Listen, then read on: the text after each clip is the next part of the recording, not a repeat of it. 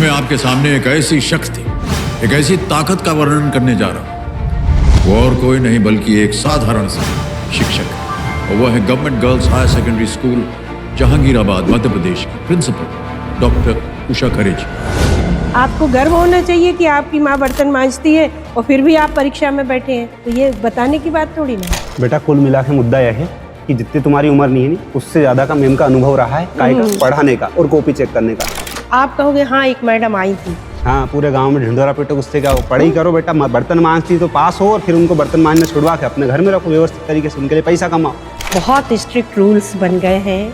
Board की copy जांचना अब आसान काम नहीं रहा, शिक्षक घबराने लगे हैं, बहुत डर है इस समय। आप वहाँ पे इतनी रामायण ना लिखते हुए इतना भी लिख दोगे प्रश्न क्रमांक 11 और एक डेस लगा के अथवा लिख दोगे तो भी समझ में जाएगा कि आप क्या कहना चाह रहे हो वहाँ पे। ऐसा नहीं, स्ट्रेटेजी कुछ भी बना लो, ख्याली पुलाव कुछ भी देख लो, लेटे लेटे कुछ भी सोच लो। इसका ये मतलब नहीं कि तुम वहाँ लव लेटर लिखने बैठ जाओ, ठीक है। टॉपर्स की कॉपी तो मान के चलो कि जैसे ही सामने आती है। एक बात याद रखना, मैं बता दूं यहाँ पे बेटा, चीटिंग करके आज तक किसी ने टॉप तो नहीं किया, ये बात तो याद रख लेना। तो भर भर के शिक्षक उसको मार्क्स देते हैं, कहीं कोई कटौती नहीं करते हैं, कहीं कोई कंजूसी नहीं होती है। आवश्यकता है कॉपी तो आपकी उस लेवल की हो। ये बात हमें पता है, मुझे पता है कि आप फ्रेंड के पास चैप्टर का पूछने के लिए फोन नहीं लगाते हो, तो जिसके लिए भी लगा रहे हो अभी लगाना बंद कर दो बोर्ड एग्जाम तक। तो सकल क्या मेम को आप कभी नहीं भूलोगे, क्योंकि मेम ने आपको बहुत सारे ऐसे एग्जाम्पल दे दिए जिससे आपको एग्जाम में बहुत ज्यादा हेल्प मिलेगी। हाँ तो प्यारे बच्चों, आज के स्टूडियो में आप सभी का स्वागत है और आज के स्टूडियो का मेन मुद्दा है भैया आपके आ रहे 10th और 12th के एग्जाम, और आपको बहुत ज्यादा टेंशन हो रही है कि एग्जाम में कैसे परफॉर्म करना है, मतलब कैसे लिखना है। तो मैं आज आपको इंट्रोड्यूस करने वाला हूं एक ऐसे टीचर से जो कि सामान्य टीचर नहीं है, जिनको काफी लंबा अनुभव रहा है और इन्होंने कितने ही टॉपरों की कॉपी चेक की है। तो आपको कैसे लिखना है, किस तरीके से लिखना है, हर एक चीज मैम बताएंगी, जिनका नाम है उषा खरे मैम, जो कि पीएम और या कि राष्ट्रपति, इसके अलावा केबीसी यहां से सम्मान प्राप्त कर चुकी हैं और इनका 40 साल का अनुभव रहा है बेटा, ठीक है। और कितने टॉपरों की कॉपी चेक कर चुकी है और बच्चा कहां मात खाता है, कहां कैसे फेल होता है, ये सारी चीजें आज हमको मैम बताएंगी। तो मैम प्लीज आप अपने बारे में थोड़ा सा बताइए, उसके बाद हम कंटिन्यू करते हैं। जी नमस्कार, मैं डॉक्टर उषा खरे हूँ। सही कहा आपने, काफी लंबा अनुभव है। 40 वर्ष तक मैंने 10th और 12th के बच्चों को पढ़ाया भी है, उनके पेपर भी बनाए हैं, कॉपियां भी चेक की हैं और काउंसलिंग के माध्यम से उन बच्चों को समझाया भी है कि आपको परीक्षा में उत्तीर्ण कैसे होना है, अच्छे नंबर कैसे लाना है, टॉप कैसे करना है और अपनी स्कूल और अपने परिवार का नाम रोशन कैसे करना है। तो बच्चों, अब परीक्षा की घड़ी आ गई है, आपके पास अब समय नहीं बचा, गिनती के दिन बचे हैं, पर वो भी कम नहीं है। आप अगर चाहें तो कुछ भी कर सकते हैं। 24 घंटे भी, बस कहते हैं ना कि जहाँ चाहे वहाँ राय, 24 घंटे भी बहुत अधिक होते हैं। तो अब आप लोगों के लिए जो भी काम करना है, आज से ही, अभी से ही फुल कंसंट्रेट करें। इस वीडियो को जरूर ध्यान से सुने और इसकी कही हुई बातों पर अगर आपने अमल कर लिया तो वो दिन दूर नहीं है कि कुछ ही महीनों बाद आपके माता पिता को ये सौभाग्य प्राप्त होगा कि आप भी टॉपर हैं। ठीक है, तो भैया देखो, मेम का मेनली सबसे ज्यादा अगर हम बात करने वाले तो आज इस विषय पे बात करने वाले कि मेम का जो अनुभव रहा है वो कॉपी चेक करने का बहुत तगड़ा अनुभव रहा। बाकी टीचिंग फील्ड में काफी अनुभव रहा है, सब कुछ रहा है, लेकिन आज हम मुद्दा लेके बैठे कॉपी चेक का। मतलब आपके जो एग्जाम आ रहे हैं उसमें आपको लिखना कैसे, उस विषय पे हम बात करने वाले हैं। तो मैं बेसिक डाउट पूछता हूँ मैम, आप मुझे ये समझिए कि मैं 10th का कोई या फिर 12th का कोई बच्चा हूँ और मुझे ये डाउट आ रहे हैं, आपको बेसिकली ये बताने हैं। अब जैसे मैम जो कॉपी होती है, तो कॉपी में बेसिकली होता क्या है, बहुत बच्चे तो अवेयर होते हैं, लेकिन बहुत बच्चे ऐसे होते हैं जो बिग बेंचर या फिर यूं कह लीजिए कि ज्यादा अवेयर नहीं होते, तो कॉपी में लाइन खींचते हैं। तो क्या बोर्ड एग्जाम की जो कॉपी रहती है उसमें लाइन खींचना सही है या गलत है? ये बहुत छोटा सा मुद्दा है। बोर्ड एग्जाम की कॉपी में अगर लाइन खींच दी तो इतना बड़ा कोई अपराध भी नहीं है। कभी कभी क्या होता है, कॉपी पहले मिल जाती है पर अब पैटर्न चेंज हो गया है। अब बच्चों को इतना समय नहीं मिलता है कि आराम से बैठ के कॉपी में लाइन खींच रहे हैं, बहुत लंबा लंबा हेडिंग दे रहे हैं। अब तो बस आपको जैसे ही क्वेश्चन पेपर मिलता है, आप पहले फुल कंसंट्रेट करें कि क्वेश्चंस में जो कुछ आया है क्या आपने उसको पढ़ा है। कई क्वेश्चन ऐसे होंगे जो आपने पहली बार आप एग्जामिनेशन हॉल में देख रहे हैं, तो वहां भी आपको नहीं घबराना है, पर कॉपी बहुत प्रभाव डालती है।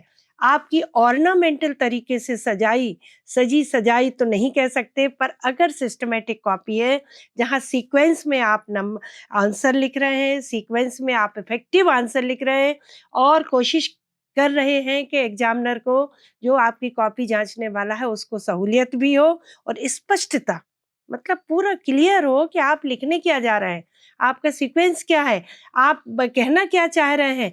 तो ये बातें अगर आपने आज इस वीडियो के माध्यम से आपके सर जो यहाँ उमेश जी का उपनाम भी है, क्या नाम, सीनू शीनू, शीनू सर बच्चे से, प्यार से सीनू नाम से जानते हैं। शीनू, शीनू जी ने के माध्यम से अगर आपने समझ लिया तो मान के चलो कि 10-20% नंबर तो आज आपके बढ़ने वाले हैं। तो कोशिश करो कि कॉपी को कैसे आपको अच्छे तरीके से आंसर लिखना है, उसकी समझ आपकी आज बन जानी चाहिए।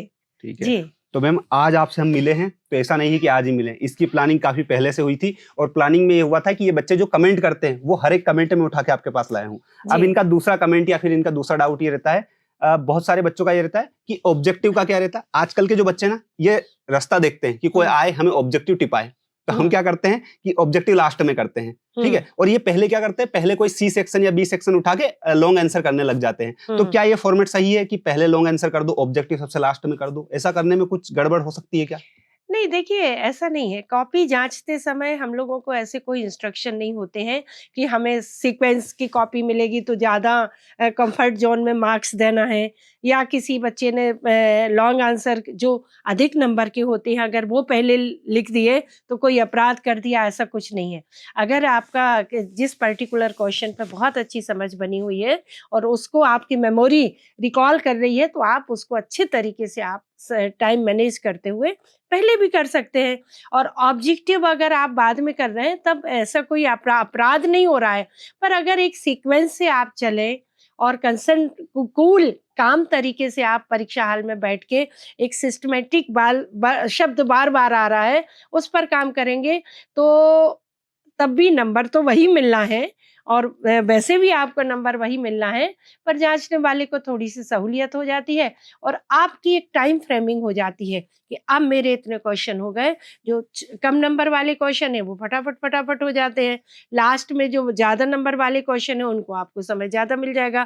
कभी कभी क्या होता है कि जो ज़्यादा अंक वाले क्वेश्चन है वो आप जब करने में आप शुरू कर देते हैं तो आप इतने रम जाते हैं या मगन हो जाते हैं कि मालूम पड़ा कि आपने 6, 8, 10 नंबर का क्वेश्चन ज़्यादा टाइम में कर दिया, तो उधर फिर जाके लास्ट मोमेंट पे आपके पास टाइम कम बचता है 2, 3, 4 नंबर वाले मतलब जो अंक हैं उन क्वेश्चंस के लिए। तो जो पैटर्न है वो बड़ा सिस्टमेटिक है, आपका सरल से कठिन की ओर भी कह सकते हैं या कूल काम तरीके से थोड़ा जटिलता की ओर भी कह सकते हैं। तो जिस तरीके से ब्लूप्रिंट पेपर का तैयार है उसी ब्लूप्रिंट के आधार पर अगर आप अपनी कॉपी को तैयार करते हैं, सजाते हैं, अपना सबमिट करते हैं तो मुझे लगता है कि ज़्यादा इफेक्टिव होता है। ठीक है, देखो मैं कंक्लूड कर देता हूँ।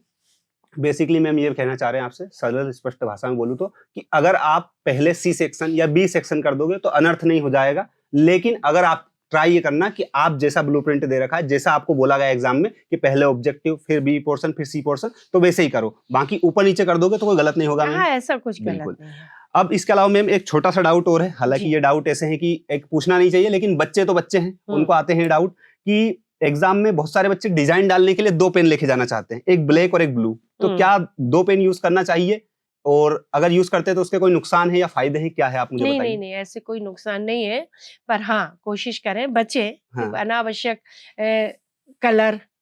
कलरिंग ना करें। जीवन में बहुत मौके मिलते हैं कलरिंग करने के, पर आप सिस्टमेटिक तरीके से 2 कलर मतलब ब्लैक एंड ब्लू तो आप यूज कर लें, पर रेड ग्रीन इस तरह के पेन ना ले जाएं, इन पर मार्क्स आपके काटे जा सकते हैं।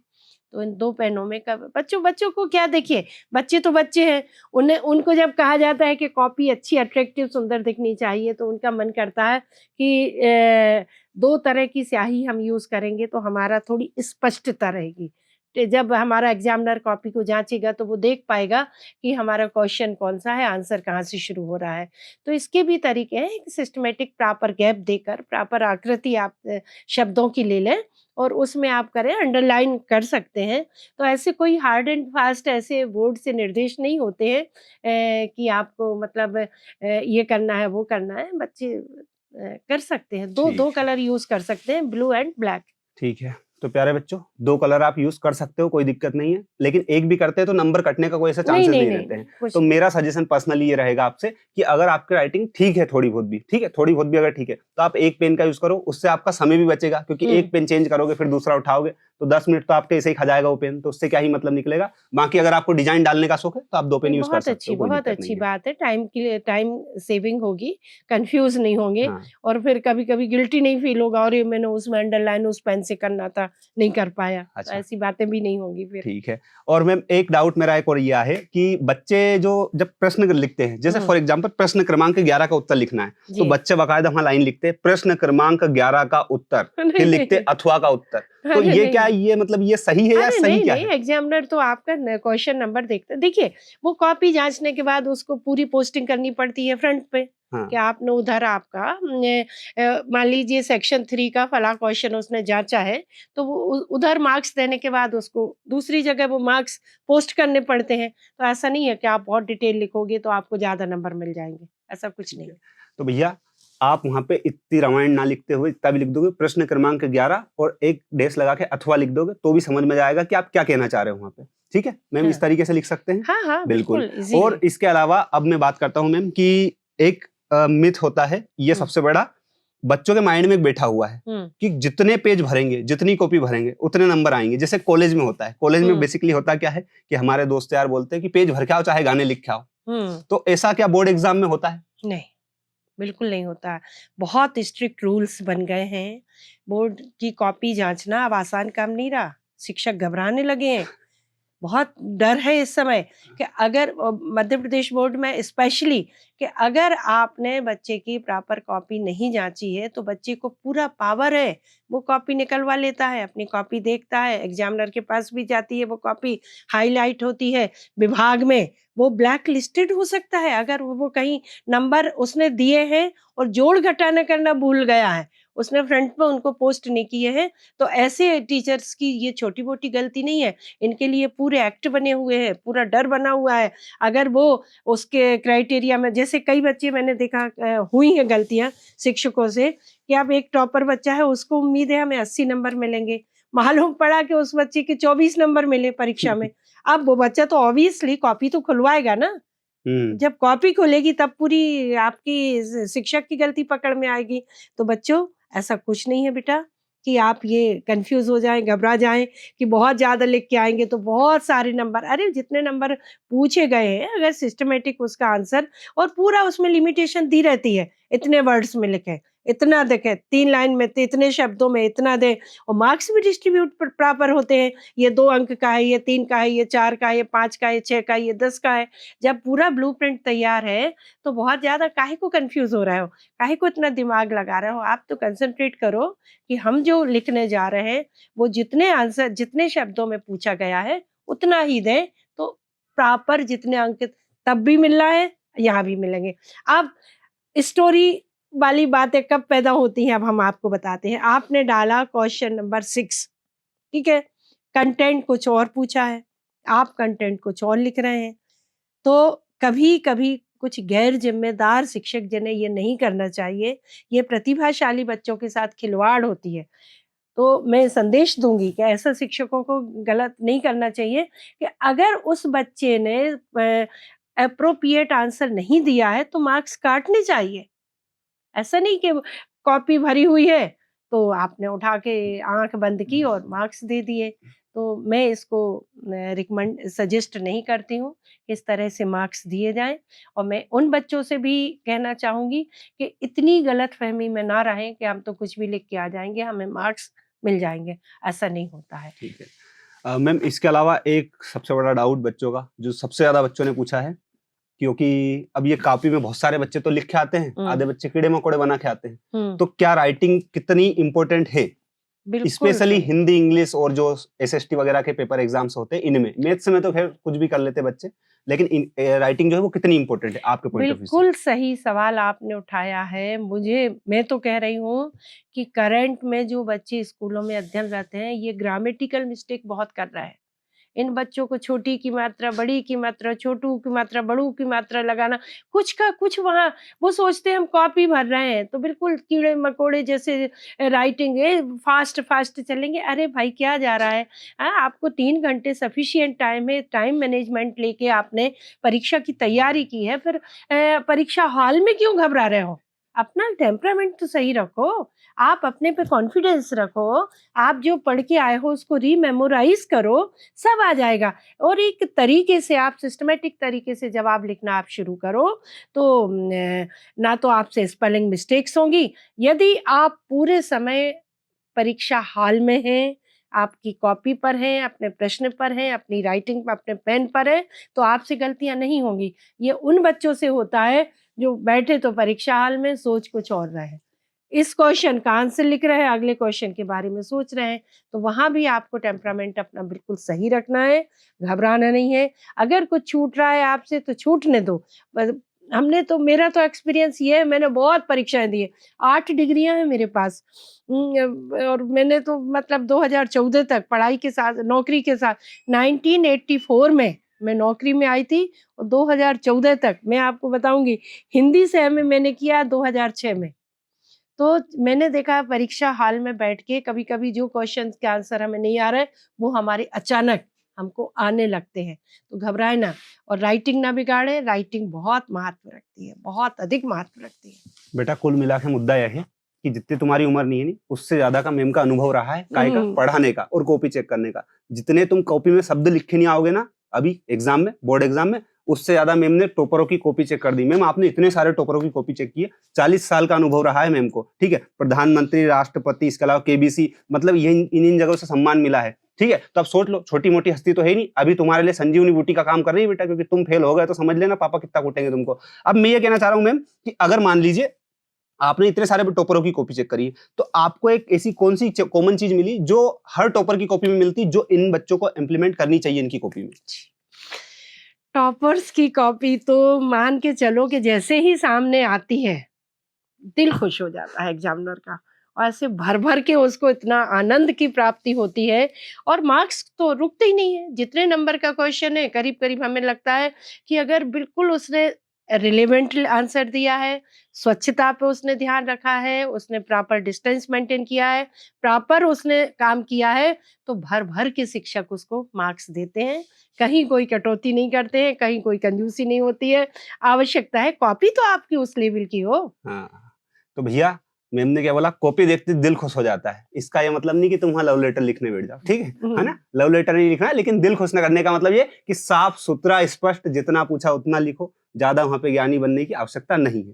मैं सही बोल रहा हूँ? बिल्कुल सही, बिल्कुल सही है। सही बोला आपने। इसके अलावा मैम का लंबा अनुभव रहा है, मैम बच्चों को गाइड भी करते हैं। साइकोलॉजी का लेवल भी बच्चों का बहुत मतलब मैडम का बहुत अच्छा है। आप अगर सामने बैठे हो तो आपका क्या लेवल है पढ़ाई का बता सकते हैं मैम। तो मैम साइकोलॉजी के हिसाब से अगर ये बच्चे हैं, अब इनकी नींद तो खुलती है एग्जाम के 10-12 दिन पहले, अब इनकी एक्चुअल में क्या स्ट्रेटेजी होनी चाहिए पढ़ने की? क्योंकि अब स्ट्रेटेजी क्या है, अब इनकी नींद अगर 10 दिन पहले खुल रही तो उसमें कोई क्या स्ट्रेटेजी बता सकता है, लेकिन फिर भी आप थोड़ा सा इनको सपोर्ट कीजिए। बिल्कुल, बिल्कुल। देखिए 10 दिन भी कम नहीं होते हैं। पहले तो अपने आप पर विश्वास करो। आप जो लेट हो गए हो, पछताने को समय नहीं बचा है। बिल्कुल बंद कर दो आज से पछताना और बिल्कुल समय को पकड़ लो। तो सीखने के 3 नियम बच्चों आपको पता होंगे कि सीखा कैसे जा सकता है। तो अभी 10 दिन है, आप काफ़ी अच्छा कर सकते हैं। पहले लॉ ऑफ रेडीनेस, तैयारी का नियम होता है। तो क्या आप 10 दिन बाद परीक्षा देने के लिए तैयार हैं? अगर आप रेडी हो चुके हैं, तो बिल्कुल विश्वास कर लो कि आपका बिल्कुल भला ही होना है, कोई कुछ बिगाड़ नहीं सकता। फिर दूसरा सीखने का नियम होता है लॉ ऑफ प्रैक्टिस। अब अगर लास्ट मोमेंट पर भी आप 24 में से 15 घंटे, 16 घंटे, 17 घंटे प्रैक्टिस नहीं करेंगे, पढ़ेंगे नहीं, अभी भी आप मोबाइल में कन्फ्यूज़ हो रहे हैं, अभी भी दोस्त यारों से बातचीत चल रही है, अभी जबरन घबराहट, जबरन की घबराहट। अरे जितनी देर में घबराओगे बेटा, जितनी देर में अपनी फ्रेंड को फ़ोन करोगे, पूछोगे उससे कि तेरा ये चैप्टर तैयार हुआ कि नहीं, मेरा तो ये नहीं हो पाया, मैंने तो ये किया है, मैंने तो वो किया है। अरे क्या बेटा, अभी निकल गया समय, अब नहीं है। तो law of readiness, law of practice, और तीसरा नियम होता है लॉ ऑफ इफेक्टिवनेस, मतलब आपका प्रभाविता का नियम। तो अब टोटल प्रभाविता का समय आ गया है।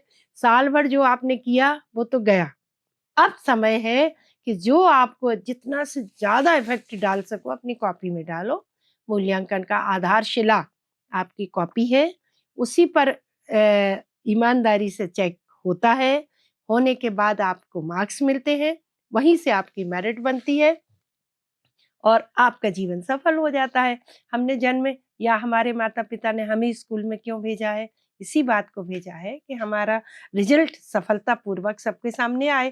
तो अब तो समय आ गया है आपको अपना सोशल स्टेटस मेंटेन करने का। ठीक है भैया, तो कुल मिला के मैडम ये बोलना चाह रहे हैं आपसे, तो बेटा आपको स्कूल अगर माता पिता ने भेजा है तो पढ़ने के लिए भेजा है, इसलिए नहीं भेजा कि आपकी फ्रेंड का चैप्टर कितना कंप्लीट हुआ कितना नहीं हुआ। हालांकि मैम ने सामान्य तरीके से बोल दिया कि आप फ्रेंड के पास फोन लगा के पूछे चैप्टर कितना कंप्लीट हुआ। ये बात हमें पता है, मुझे पता है कि आप फ्रेंड के पास चैप्टर का पूछने के लिए फोन नहीं लगाते हो, तो जिसके लिए भी लगा रहे हो अभी लगाना बंद कर दो बोर्ड एग्जाम तक। ठीक है, ये वीडियो देख लेना, अब पढ़ना स्टार्ट कर दो शांति से। ठीक है, इसके अलावा मैम एक चीज और होती है कि ये तो हो गया पढ़ने का तरीका। अब जिस बच्चे का सिलेबस कंप्लीट है, अब उसको ऐसा लग रहा है कि माथे पे वजन रखा है, रिवीजन नहीं हो रहा है, रिवीजन की दिक्कत आ रही है, तो रिवीजन का क्या एक मेथड हो सकता है जिससे फास्ट रिवीजन कर ले बच्चा? देखिए, जिनका कोर्स कंप्लीट हो गया है, कभी भी कोर्स कंप्लीट नहीं होता, रिवीजन मस्ट होता है। अभी हमने आपको बताया ना कि अभ्यास का नियम, लॉ ऑफ प्रैक्टिस। आप देखिए, पहली बार जैसे मान लीजिए आज मैडम आपको दिख रही हैं वीडियो में, आप कहोगे हाँ एक मैडम आई थी। फिर जब दोबारा मैं आपको वीडियो में दिखूंगी तो आप कहोगे अच्छा अच्छा ये वो मैडम है जिन्होंने इस टॉपिक पर बोला था। जब मैं तीसरी बार वीडियो में आपके सामने आऊंगी तो आप कहेंगे अच्छा आज उषा करे मैडम आ रही है। तो मैं आपको बताऊं कि आप जितना रिवीजन करेंगे परफेक्शन लेवल आपका उतना ही स्ट्रांग होगा। भूल एग्जामिनेशन हॉल में भूलने वाली स्थिति निर्मित नहीं होगी, घबराने की स्थितियां निर्मित नहीं होंगी, बीमारियां आपको आधी हो जाएंगी, एक कूल काम तरीके से आप अपनी परीक्षा दे पाएंगे। तो रिवीजन मस्ट है। हो गया तो क्या बोझ काहे का इसमें, रिवीजन हो गया तो आपको हल्का होना चाहिए। एक रिवीजन हो गया, चलो आज 24 घंटे में दूसरा रिवीजन कर लेते हैं, चलो अभी 3 दिन और है अब तीसरा रिवीजन कर लेते हैं। तो इसको तो बोझ नहीं बल्कि ये तो आपकी प्रैक्टिस होनी चाहिए, मस्ट है ये तो। अगर यही नहीं करोगे तो क्या करोगे फिर? सही बात है, मैम ने बहुत गहरी बात बोली, मैं बताता हूँ। अब देखो, तुम कभी भी किसी शहर में जाते हो, गांव में जाते हो, ठीक है, तो आपके सामने से 100 लोग निकलते हैं, 100 की शक्ल याद नहीं रहती है, ठीक है। अब ये 100 लोग 100 पन्नों की तरह निकल गए, ठीक है, लेकिन मम्मी पापा की शक्ल कभी भूलते हो क्या? नहीं भूलते हो। मैम यही तो बता रहे कि जिसको डेली देखोगे उसको कभी नहीं भूलोगे, तो डेली रिवीजन करो, भूलोगे नहीं। अब मम्मी पापा की शक्ल तुमसे कोई नींद में पूछ ले, दिन में पूछ ले, कैसे पूछ ले, जब भी याद रहती है ना, सेम कॉन्सेप्ट मैम ने बताया। तो भैया क्या करना है, रिवीजन ज्यादा से ज्यादा करना है। ठीक है ना, बिल्कुल सही बोला ना मैम? बिल्कुल सही, बिल्कुल सही। तो और रही बात मैम की शक्ल की, तो शक्ल क्या, मैम को आप कभी नहीं भूलोगे, क्योंकि मैम ने आपको बहुत सारे ऐसे एग्जाम्पल दे दिए जिससे आपको एग्जाम में बहुत ज्यादा हेल्प मिलेगी। ठीक है, अभी हम बात कर रहे हैं कि मैम एक जो सिलेबस तो ठीक है, एक स्ट्रेटेजी की यदि हम बात कर लेते हैं इन लोगों की, कि स्ट्रेटेजी क्या फॉलो करनी चाहिए। एक बच्चा जो है, जैसे मान लीजिए फॉर एग्जांपल के लिए मैं हिंदी सब्जेक्ट लेता हूँ, ठीक है, हिंदी सब्जेक्ट जैसे है, तो बच्चा एक क्या स्ट्रेटेजी ऐसी फॉलो करे कि उसका सिलेबस जल्दी से जल्दी हो जाए और वो तरीके से पढ़ पाए उस चीज को? जी जी, देखिए इसके लिए सबसे पहला होता है टाइम मैनेजमेंट, कि आपको अपने समय का प्रबंधन करना पड़ेगा। ऐसा नहीं स्ट्रेटेजी कुछ भी बना लो, ख्याली पुलाव कुछ भी देख लो, लेटे लेटे कुछ भी सोच लो। और ऐसा भी नहीं कि जो विषय हमें कठिन लग रहा है उसको हम स्कोर नहीं कर सकते तो उसी पे ध्यान दें। अरे भाई, इक्वल मार्क्स का डिस्ट्रीब्यूशन तो इक्वल है ना, हिंदी में भी उतनी नंबर का पेपर आना है, अंग्रेजी में भी आना है। तो आपका जब परसेंटेज इन्फ्लुएंस होता है, मेरे तो लाइफ का ये जीवन का सबसे ज्यादा अनुभव यही रहा है कि जिन 3 विषय को बच्चे सोचते ये टफ है, कॉमर्स वाले बच्चों के 3 विषय, साइंस वाले बच्चों को अपने 3 विषय, वो हिंदी इंग्लिश पर ध्यान ही नहीं देते। तो जब भी रिजल्ट बिगड़ता था और रोते हुए जब मेरे पास आते थे, मैडम 74% बना। क्यों बना भाई? मैम सबसे कम मार्क्स मिले लैंग्वेज में, हिंदी में पिट गए, मैम इंग्लिश में पिट गए। तो ऐसा नहीं है, इक्वल विषय का वेटेज होना चाहिए, इक्वल प्रैक्टिस होनी चाहिए, इक्वल कंसंट्रेशन होना चाहिए, सभी का एक टाइम मैनेजमेंट होना चाहिए, कॉन्फिडेंस सभी के लिए इक्वल रखो। हर विषय का महत्व है, हर विषय में फ्यूचर है, हर विषय आपको भविष्य में एक प्लेटफॉर्म देगा। तो आपको स्ट्रेटेजी तो बनानी पड़ेगी। हाँ, जो विषय आपको बिल्कुल ही समझ में नहीं आया है, साल भर आपने उसको मतलब डर, एक भय का माहौल आपने उस विषय से बना लिया है, उसको भय के रूप में ना लो, उस पर कोशिश करो और जितना हो जाए उस पर अपने आप को धन्यवाद दो कि हमारे बस का इतना था जो हमने ईमानदारी से पूरा किया। हाँ। मैम ऐसा भी होता है कि बच्चे बहुत बार जैसे उत्पाती रहते हैं, लिख देते हैं कि सर आपको आपकी मम्मी की कसम, अगर मेरे को आप पास नहीं करो तो ऐसा कुछ मतलब आपके साथ हुआ है, या फिर आप कर दो क्या पास अगर ऐसा सुनने हो? में तो आया है, मेरे साथ तो नहीं हुआ, हाँ, पर ये सुनने में आया है कि बच्चे इस तरह की हरकतें करते हैं। हाँ, पर ये ठीक नहीं है बेटा, ये प्रैक्टिस ठीक नहीं है। दूसरा हमने ये देखा कि कुछ बच्चों को वो गलतफहमी हो जाती है कि कॉपी भरना है, हाँ, तो मालूम पड़ा कि उनने सही में फिल्म की स्टोरी लिख दी। ये मैंने पढ़ी है, कहानी लिख दी। एक बच्चे ने तो कुछ और ही ट्रैक पे चला गया था, जो यहाँ बता नहीं सकते कि ऐसा और वैसा। तो ये सब क्या है यार, अभी तुम्हारी उम्र है, जो तुम्हें काम करने को तुम्हारे माँ बाप ने भेजा है और जो शिक्षकों ने कहा है और जो जो जिससे भविष्य बनेगा उससे रिलेवेंट बातें करो ना बेटा, नंबर तो वही मिलेंगे। ये ऐसी कॉपियों के मैं तो नंबर काट लेती थी, मैं नहीं मार्क्स देती थी। समझ तो गए। मत मत करो इस तरह की तो भैया प्रैक्टिस। हुल्लड़पने मत करो, इन सब से कोई नंबर नहीं मिल रहे, चोचले करने से बंद करो, चोचले सारे बंद कर दो, उसका कोई फायदा नहीं है। सिर्फ एकमात्र चीज है पढ़ाई, उससे ही आपके नंबर मिलेंगे, ठीक है? तो पढ़ाई करो व्यवस्थित तरीके से। और इसके अलावा जैसे कि मैंने आपको बोला कि मैम बोर्ड एग्जाम के पेपर भी बनाए हैं और बनवाए भी हैं। तो मैम बोर्ड एग्जाम के पेपर बनाए हैं, तो जी। पेपर तो लीक हम नहीं करवा सकते, पर थोड़ी बहुत जानकारी तो ले ही सकते हैं कि मैम जो पेपर बनता है, तो पेपर बनता है तो उसके पीछे हम क्या माइंडसेट रहता है? मतलब एग्जामिनर ये सोच के बनाता है कि इस बच्चे को तो फेल ही करना, आज भले कुछ भी हो जाए। नहीं नहीं, ये बहुत बड़ी गलतफहमियां है कि पर्टिकुलर बच्चे से कोई कनेक्शन नहीं होता हाँ। टीचर का। ये बहुत बड़ी गलतफहमी है भाई। देखिए, बोर्ड का एक ब्लूप्रिंट होता है, उस ब्लूप्रिंट में 4 तरह के क्वेश्चन होते हैं। हमें कुछ नॉलेज के क्वेश्चन पूछना है, कुछ अंडरस्टैंडिंग डेवलप करने के पूछना है, कुछ एप्लीकेशन के क्वेश्चन करना है, कुछ संश्लेषण के और कुछ विश्लेषण के, एनालिटिकल क्वेश्चन भी होते हैं। तो वो एक पूरी ट्रेनिंग होती है, पूरे गाइडलाइन होती है, पूरा पैटर्न होता है, पूरे मार्क्स का डिस्ट्रीब्यूशन होता है। ऐसे 4 सेट बनते हैं, उनमें से उनका मॉडरेशन होने के बाद कौन सा पेपर किसने बनाया, ये कभी किसी को कुछ पता नहीं रहता है। अब रहा सवाल इसका कि आप सब काम छोड़ के इस बात पर ध्यान दे रहे हैं कि पेपर मिल जाए हमको कहीं से 15 मिनट में। हम अगर मान लो हमको 5 क्वेश्चन मिल भी गए और हमने जेब में हाथ डाल डूल के जल्दी से उनके आंसर लिख दिए, तो वो आप लिख के रख लो। ये बिल्कुल अच्छी प्रैक्टिस नहीं है। इसके परिणाम, इसके रिजल्ट अच्छे नहीं आते हैं। रिजल्ट उन्हीं बच्चों के अच्छे आते हैं जिन्होंने ईमानदारी से साल भर मेहनत की है और परीक्षा को कॉन्फिडेंटली फेस किया है, आपने उसको अच्छे से लिया है। तो ठीक है। गलतफहमी में मत रहो, ऐसा नहीं है। मैम एक पर्सनल क्वेश्चन है, मतलब पूछना तो नहीं चाहिए, पर मैम आपने जैसे पेपर बनाया तो कहाँ से बनाते हैं आप लोग? किस बुक से बना लेते हैं मतलब पेपर, या फिर जो एनसीईआरटी आती है उसी से बनाते हैं? नहीं, देखिए वो बुक वाला तो प्रश्न ही नहीं उठता। आप देखिए, सिलेबस प्रिस्क्राइब्ड सिलेबस है। आप तो पूरा एनसीईआरटी का सिलेबस मध्य प्रदेश के बोर्ड में आ गया है। हाँ। तो आपकी किताबें जो है उसमें 5 तरह के क्वेश्चन आपको बनाना है। पूरा पूरा सिस्टमेटिक है, ऑब्जेक्टिविटी है उसमें। ऐसा नहीं कि आप मन से कुछ भी उठा लें और कहीं से भी कुछ भी रख दें, ऐसा नहीं होता है। हाँ। ये बहुत गलतफहमियां है। पूरा हमने कहा 2 नंबर का, 3 नंबर का, 4 नंबर का, 6 नंबर का क्वेश्चन का एक पैटर्न होता है। उस पैटर्न को फॉलो करना पड़ता है, हर चैप्टर से क्वेश्चन उठाने पड़ते हैं। हाँ, ये बात जरूर है, मैंने आपको बोला ना कि नॉलेज टेस्ट करने के कुछ क्वेश्चन डालने पड़ेंगे, कुछ अंडरस्टैंडिंग समझ विकसित करने वाले उनकी तरीका डालना पड़ेगा, कुछ एप्लीकेशन व्यवहारिक पक्ष बताने वाले क्वेश्चन होंगे। तो ये सब एक सिस्टमेटिक पैटर्न है और उसमें कोई पता नहीं लगा सकता कि किस किताब का बना है, किस टीचर ने बनाया है, क्यों बनाया है, ये सिलेक्टेड क्वेश्चन रखे, ऐसा कुछ नहीं।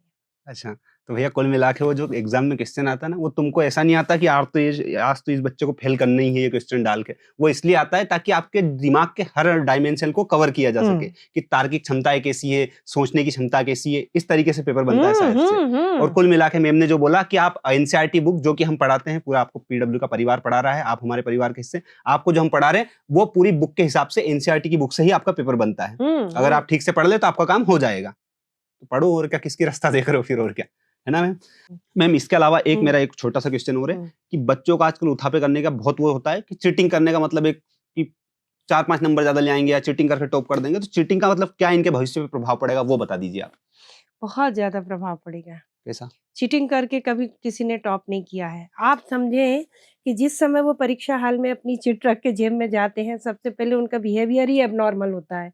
उस एबनॉर्मल बिहेवियर के साथ वो क्लास के एनवायरनमेंट को तो मतलब यानी भय युक्त तरीके से देखते रहते हैं इधर-उधर, और अगर ज़रा-सी लापरवाही से जब पकड़ा जाते हो, वो अगर फॉर्म भर गया, तो मान के चलो जीवन बर्बाद हो गया।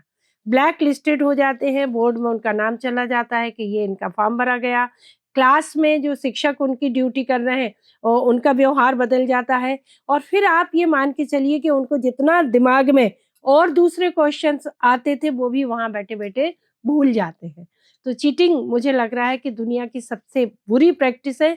जितनी देर में वो चिट बना के लाते हैं ना अपने जेब में रख के, बड़े शाबाशी करते हुए, और वो क्वेश्चन अगर आ गया तो उनको लगता है अरे अरे ये तो जेब में रखा हुआ है, और जेब में जैसे ही वो निकालती हैं, वो जांच मतलब इन्विजिलेटर जो होता है वो समझ जाता है, और वो पकड़ा तो जाते हैं। और आजकल इस पर बहुत सख्ती हो रही है। इसको बिल्कुल भी क्राइम इस पर एक्ट बन चुके हैं कि जो बच्चे गलत साधनों का उपयोग करते हुए पकड़ा जाए, उनके खिलाफ ये धाराएँ लगेंगी, ये फॉर्म भरा जाएगा। तो बिल्कुल चीटिंग बहुत अच्छा आपने कहा है। मैं बिल्कुल मैसेज दूँगी आपके इस पीडब्ल्यू के माध्यम से कि बच्चों को चीटिंग से बहुत दूर रहना है। जितनी देर में चीटिंग की प्रिपरेशन करोगे, उससे आधे समय में आपका वो क्वेश्चन आपके इस कंप्यूटर में फीड हो जाएगा। ठीक है। तो भैया मैम साइकोलॉजी को बहुत अच्छे तरीके से समझते हैं और उन्होंने कितना अच्छा पॉइंट बताया है कि चीटिंग करके एक तो किसी ने आज तक टॉप नहीं करा, 2 4 5 नंबर ज्यादा ले आओगे उससे कोई सेंस नहीं बनेगा, ठीक है? टॉप तो नहीं कर पाओगे, ये बात तो याद रखना, ठीक है? 2 4 5 नंबर लाके कुछ होना जाना नहीं है। और दूसरा ये कि जैसे ही तूने चिट बनाई और जेब में रखी, भय रस तेरे पास आ गया। अब भय रस आ गया, एक तरफ पेपर, एक तरफ टीचर, करे तो करे क्या आदमी? वो याद होगा अजगर और शेर वाला एग्जाम्पल। तो भय रस की उत्पत्ति हो जाती है और भय रस में आदमी क्या कर पाएगा? दिमाग बंद हो जाता है। जब डर लगता है दिमाग बंद हो जाएगा, दिमाग बंद, परफॉर्मेंस बिगड़ा, साल भर जो पढ़ी करी वो सब गुड़ गोबर हो गई। तो इसका क्या सेंस निकला? तो कुल मिला के चीटिंग मत करो। और दूसरा ये कि अगर पकड़ा गए तो पूरा साल खराब होगा, और साल तुम्हारा ही खराब होगा और किसी का नहीं होगा। साल तुम्हारा खराब होगा, पैसे माँ बाप के बर्बाद होंगे और तुम्हारा कुछ बिगड़ेगा नहीं, ठीक है? तो इसलिए चीटिंग वीटिंग नहीं करना है।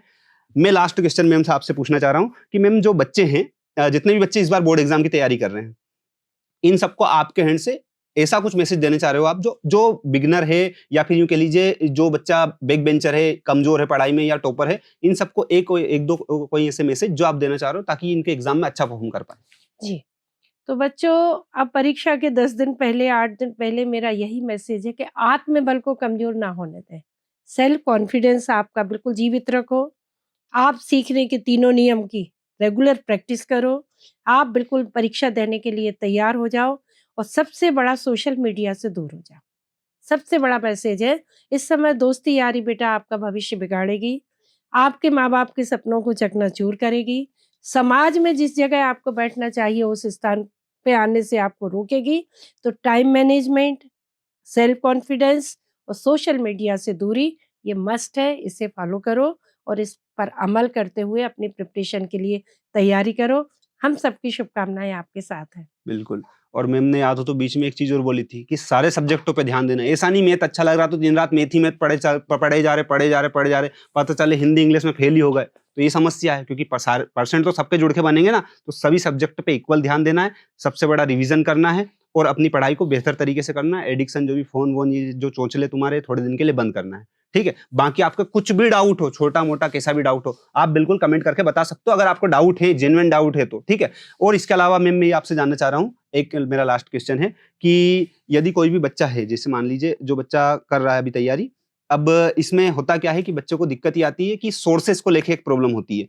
सोर्सेस ऐसा, एग्जाम पास में आई, इसका ब्लड प्रेशर ऑटोमेटिक बढ़ता है। बीपी के मरीज आजकल थोड़े बुजुर्ग लोग होते हैं पर ये पहले हो जा रहे हैं। इनको ऐसा, अरे यार ये किताब से पढ़ लूं, इससे भी पढ़ लूं, हाँ वो अच्छा पढ़ा रहा, वो अच्छा पढ़ा रहा, और इस चक्कर में कुछ ही नहीं पढ़ पाते। तो अब लास्ट टाइम पे इनका सोर्स क्या रखें? देखिए, ऐसा है कि हर बच्चे की अपनी एक स्ट्रेटजी हो जाती है तैयार। साल भर में अगर ईमानदारी से आपने 1 2 3 रिवीजन कर लिए हैं, तो आपको पता है कि उस पर्टिकुलर क्वेश्चन का आंसर क्या है। चाहे आप इस किताब से पढ़ो, चाहे उससे पढ़ो, चाहे उससे पढ़े, सब में सार तो वही निकल रहा है। तो बिल्कुल आप कंफ्यूजन टोटल खत्म करिए किसी भी किताब से पढ़ो, कंटेंट का आंसर आपको रिलेवेंट देना है, चाहे इससे पढ़ लो चाहे उससे पढ़ लो। इसमें टाइम बर्बाद होने के अलावा आपका कुछ नहीं होगा। आप तो फोकस करो कि क्वेश्चन क्या है, उसका आंसर क्या है। सभी किताबों में एक ही तरह का कंटेंट होता है। कंफ्यूजन क्रिएट करने के लिए ये जबरन की अब प्रकाशक है अपनी अपनी किताबें चला देते हैं, पर उस पर बिल्कुल मत जाओ। मैम इसके अलावा बच्चे एक हरकत करते हैं बेसिकली, वो ये हरकत करते हैं कि पेपर में लिखे जाएंगे कि सर मैं बहुत, मतलब एग्जाम की कॉपी में, सर मैं बहुत गरीब हूँ, मेरी माँ बर्तन मांजती है, मुझे प्लीज पास कर दो। तो इन सब चीजों से कोई फर्क पड़ता है? मतलब करना चाहिए ऐसा कि नहीं फालतू नहीं, है? कोई फर्क नहीं पड़ता। मुझे तो नहीं पड़ता था। अच्छा, मैं तो इसे अनावश्यक अटेंशन मानती थी और बच्चों की मानसिक विकृति मानती थी। पागल मतलब। इसका क्या परीक्षा से लेना देना भाई? हाँ, आपको गर्व होना चाहिए कि आपकी माँ बर्तन मांजती है और फिर भी आप परीक्षा में बैठे हैं, तो ये बताने की बात थोड़ी ना है। हाँ, पूरे गांव में ढिंढोरा पीटो, उससे क्या हो? पढ़ाई हम्म। करो बेटा, बर्तन मांजती तो पास हो और फिर उनको बर्तन मांजना छुड़वा के अपने घर में रखो व्यवस्थित तरीके से, उनके लिए पैसा कमाओ। पर नहीं, बर्तन मांजती वहां लिखा हो, उससे क्या हो जाएगा? और एक चीज और मैम, एग्जाम में शायद बच्चे पैसे भी रखे जाते हैं किताबों में। ऐसा आपके साथ हुआ कभी? आपको पैसे मिल गए हो उसमें से और फिर आपने सोचा हो कि ठीक है 500 का नोट है, इसको पास कर दो? जब मैं बीएड कॉलेज में बीएड एमएड को पढ़ाती थी, हाँ, तब एक बार हुआ था कि कॉपी खोली तो 500 रुपए मिले, फिर थोड़े एक आध घंटे बाद फिर 500 रुपए मिले। मुझे बहुत कष्ट हुआ था, बहुत अच्छा। दुख हुआ था कि बच्चे किस ट्रैक पे जा रहे हैं, हमारे देश का भविष्य कहाँ जा रहा है। अगर ये इस उम्र में ये रिश्वतखोरी की सही। प्रैक्टिस कर रहे हैं, तो प्रैक्टिस। हमें तो अपने देश को बचाना है, इन बच्चों को संभालना पड़ेगा। सही है। तो भैया ऐसी हरकतें मत करो। ऐसी हरकतों से कोई फर्क पड़ता है एग्जामिनर नहीं, पे? मैं अपनी बात बता सकती हूँ, अब दूसरों का नहीं हाँ, कह सकती कि मुझे तो बहुत गुस्सा आती है। बल्कि और मतलब और स्ट्रिक्ट तरीके से फिर मैं कॉपी जांचती थी। फिर तो मात्रक नंबर भी कटे, उन्होंने कहा ले हट जा, अब घर ही जा तू सीधा। तो बेटा ऐसी हरकतें मत करो। माँ बाप का पैसा अलग बर्बाद हो रहा है, टीचर का अलग दिमाग खराब हो रहा है, और फेल तो तुम हो ही रहे हो भी। पढ़ाई नहीं करोगे तो पढ़ाई करो, बेस्ट ऑप्शन वो है। ठीक है मैम, इसके अलावा एक प्रश्न पर्सनल लाइफ से थोड़ा सा कि मतलब जैसा मेरे पास इन्फॉर्मेशन है कि आप केबीसी में भी गए हैं और वहां पे आपने काफी इनाम भी, मतलब जो भी एक अमाउंट रहता है वो जीता है। तो मतलब आपका वहाँ कैसा अनुभव रहा और किस माध्यम से आप गए थे, थोड़ा सा जी, जी, बताइए जी। प्लीज। मैं गवर्नमेंट ऑफ इंडिया हाँ, पीएमओ की रिकमेंडेशन से कर्मवीर अवार्ड के लिए गई थी। अच्छा। फ्राइडे शो था। 4 दिन जो पूरे देश के बच्चे चुने गए थे, जिन्होंने बहुत लंबी-लंबी प्रक्रियाओं से गुजरने के बाद सोनी टीवी का कौन बनेगा करोड़पति में एंट्री ली थी। उन बच्चों के 4 दिन शो हुए। 5वें दिन हम लोगों को 2 शिक्षकों को बुलाया था और हम लोग बोमन ईरानी जी के साथ खूब खेले। और उस समय भी अमिताभ बच्चन जी का, अगर आप लोग 2020 का 18 दिसंबर का ये एपिसोड देखेंगे, तो अमिताभ बच्चन जी ने कहा था कि जो बच्चे अपने गुरु की इज्जत करते हैं, जो गुरु की बात को ध्यान से सुनते हैं, जो गुरु के बताए हुए निर्देशों का पालन करते हैं, उनको असफलता का मुंह कभी नहीं देखना पड़ता। तो बच्चों, वो बहुत शानदार अनुभव था मेरा। अमिताभ बच्चन जी भी अपने शिक्षकों की बहुत इज्जत करते हैं, अपनी पढ़ाई से बहुत प्यार करते थे वो। और ऐसा ही आपका समय आ गया है, आपने भी साल भर अपने शिक्षकों की बात मानी है, तो अगले 10 दिन और मान लो बेटा। हैं, इन 10 दिनों में अपने जो आपके टीचर गाइड कर रहे हैं उनको ध्यान से सुन लो, फॉलो कर लो, प्रैक्टिस कर लो, अच्छा रिजल्ट दे दो।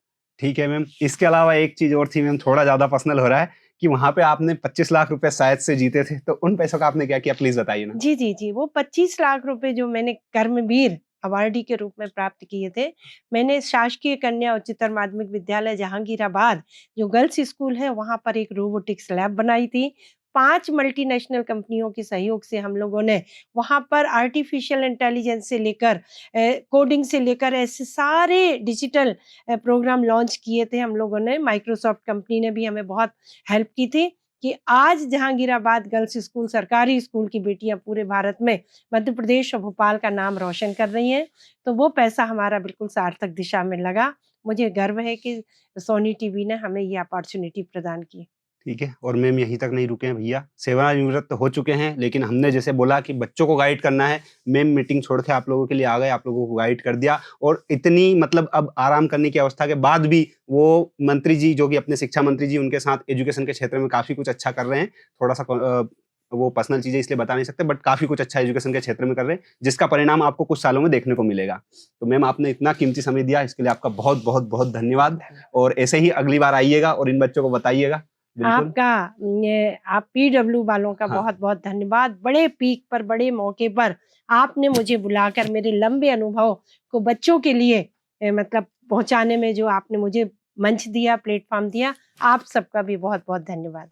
तो भैया आज का जो वीडियो था ये यहीं तक था, और इसमें मैम ने आपको बहुत ऐसी चीज़ें बता दी हैं, क्योंकि मैम का जो अनुभव रहा था, मैम ने काफ़ी टॉपरों की कॉपी चेक की है, तो सारी बातों को इम्प्लीमेंट करें और अपनी जो बोर्ड एग्जाम है उसको बेस्ट तरीके से, बेस्ट एफर्ट देखें, अच्छे से अपने माँ बाप का नाम रोशन करें, ठीक है। और मैं मैम को बहुत बहुत धन्यवाद देना चाहूँगा कि मैम आपने आपका कीमती समय निकाला, हालांकि मैम को मीटिंग में जाना था, बट फिर भी बच्चों के भविष्य के लिए कीमती समय निकाला और आपने यहाँ पे इस मंच पे सारी बातें बताई, इसके लिए मैं आपका दिल से धन्यवाद कहूँगा। और आप लोग भी कमेंट में बता सकते हैं आपका धन्यवाद। बिल्कुल मैम, धन्यवाद आपका बहुत बहुत, आप यहाँ आए इसके लिए। Thank thank you so much ma'am. You. ऐसे आइएगा अगली बार भी मैम इनको गाइड करने के लिए। जी, थैंक यू, नमस्कार।